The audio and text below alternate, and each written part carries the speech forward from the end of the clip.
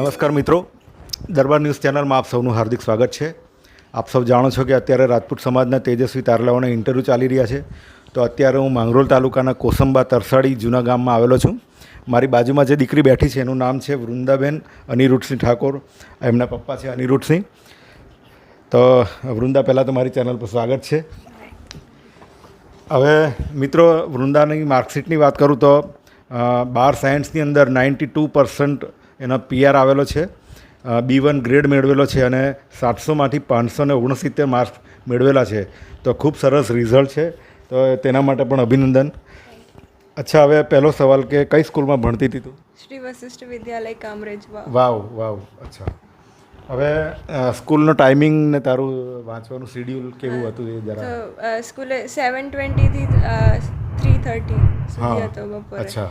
અને ત્યાર પછી પેલું ટ્રાવેલિંગને લીધે આવીને થોડી વાર સૂઈ જવાનું અને પછી 2 થી 3 કલાક ઘરે વાંચવાનું. બાકી બધું સ્કૂલમાં એ લોકો વાંચવાનો ટાઈમ આપતા હતા અને ભણાવતા હતા, એના લીધે માર્ક્સ વધારે બરાબર છે. ઓબ્ટેઇન થાય.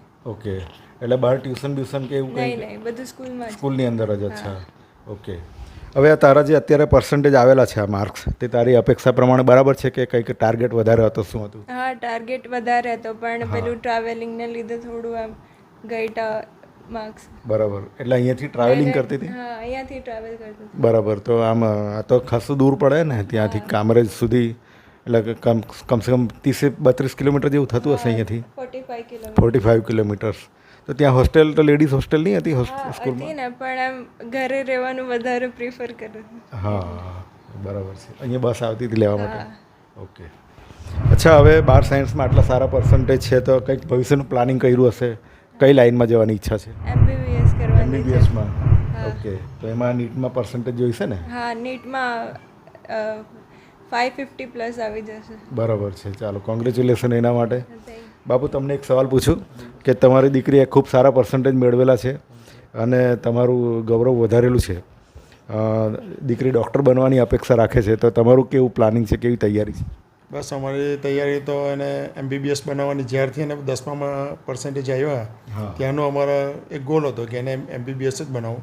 છોકરી છે એટલે એને ભણાવવાનો સૌથી વધારે મારો આગ્રહ હતો કે એને MBBS બનાવીને ડૉક્ટર બનાવી તો એની એક એવી પોતાની એક આર્થિક વ્યવસ્થા મજબૂત રહી. બરાબર. તો પાછળથી એને કંઈ તકલીફ નહીં પડે. અને ડૉક્ટર જ એવો વ્યવસાય છે આ દુનિયામાં કે જેની અંદર છોકરીઓ વધારે સુરક્ષિત હોઈ શકે. કોઈ જગ્યાએ નોકરી કરવી એની કરતાં આની અંદર તમારે હોય તો પોતાનો પર જો એ આત્મનિર્ભર થઈ શકે. બરાબર છે, એવી મારી ગણતરી. ઓકે મિત્રો, ટૂંકમાં પરિચય આપવાનો રહી ગયો. અનિરુદ્ધસિંહ બાબુનો ટૂંકમાં પરિચય આપું તો એમના જે ભાઈ હતા રણજીતસિંહ ઠાકોર સાહેબ, જે આ રાજપૂત સમાજ પ્રગતિ મંડળના વર્ષો સુધી મંત્રી રહી ચૂકેલા અને ખૂબ સારી એમણે સેવા કરી સમાજની, અને આખું વર્ષ એમણે સમાજ માટે સમર્પિત કરી દીધું એવું કે તો ચાલે.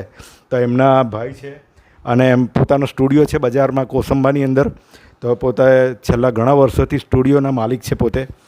તો બાપુ, તમારે ટૂંકમાં પાછું જરા વાત કરો, સ્ટુડિયો કેટલા વર્ષથી ચાલે છે? સ્ટુડિયો 1983 થી ચલવે છે. એ મારા ભાઈ, મોટા ભાઈ ચલાવતા હતા, રાજુભાઈ. ઓલરેડી અમે 6 ભાઈઓ છે સાહેબ. 6 ભાઈઓના દરેક દીકરાઓ અમારા ડૉક્ટર છે. અમે ટોટલ 17 ડૉક્ટર છે મારા ફેમિલીમાં. ને મારા 6 ભાઈઓના જેટલા છોકરાઓ છે બધા ડૉક્ટર છે. એટલે અમારા ફેમિલીમાં એક ડૉક્ટરનું સૌથી વધારે, અને ક્ષત્રિય સમાજમાં સૌથી વધારે એજ્યુકેશન ફેમિલી હોય તો કદાચ અમારું હોય કે અમે 6 ભાઈઓના બધા છોકરાઓ ડૉક્ટર હોવું એ સૌથી મોટી. એન્જિનિયર કોને બધા ડૉક્ટર છે, બધા PhD છે. એટલે આ સવાલ એકચ્યુઅલી વૃંદાને પૂછવાનો હતો કે તમારા ફેમિલીમાં કેટલા ડૉક્ટર છે? અચ્છા, તારી સાથે કેટલા થશે ડૉક્ટર તું બની જાય તો? 20 જેટલા થશે. અને અગર આખું કુટુંબ જોઈએ તો 30 થશે. અચ્છા, ચાલો. રાજપૂત સમાજ માટે બહુ આનંદની વાત છે કે એક જ આટલું ફેમિલી કે બધા ડૉક્ટર હોય, તો આટલું મોટું ફેમિલીમાં આટલા બધા ડૉક્ટર હોય તો બહુ ગૌરવની વાત છે. અચ્છા, મેં MBBS તો બરાબર છે, પણ આગળ MD કાર્ડિયકમાં જવું છે, બરાબર ને?